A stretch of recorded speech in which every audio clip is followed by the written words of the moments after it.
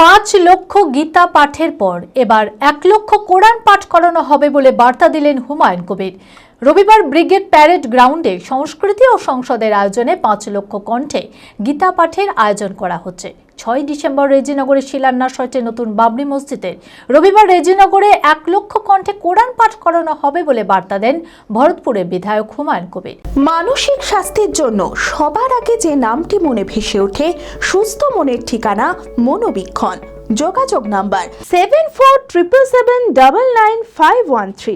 BJP বরাবরই হিন্দুত্ব তাস খেলে।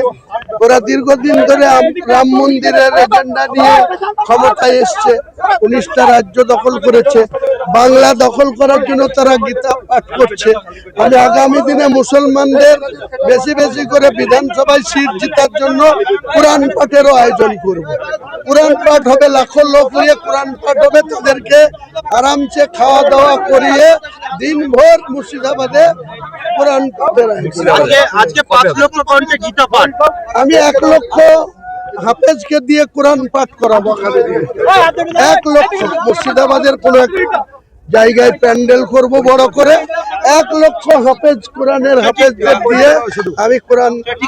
গীতা পাঠকে কিভাবে দেখছেন? গীতা পাঠ করতেই পারে, সনাতন ধর্ম অবলম্বী মানুষ, তাদের কালচার, তাদের গীতাকে তারা সম্মান করে, তারা এ নিয়ে আমার শ্রদ্ধা আছে।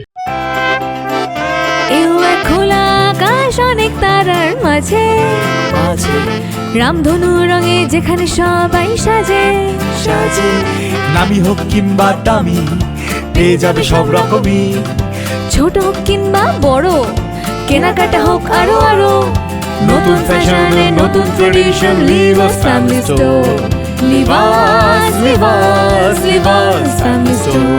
নিবাস কাটাই বহরমপুর মুর্শিদাবাদ।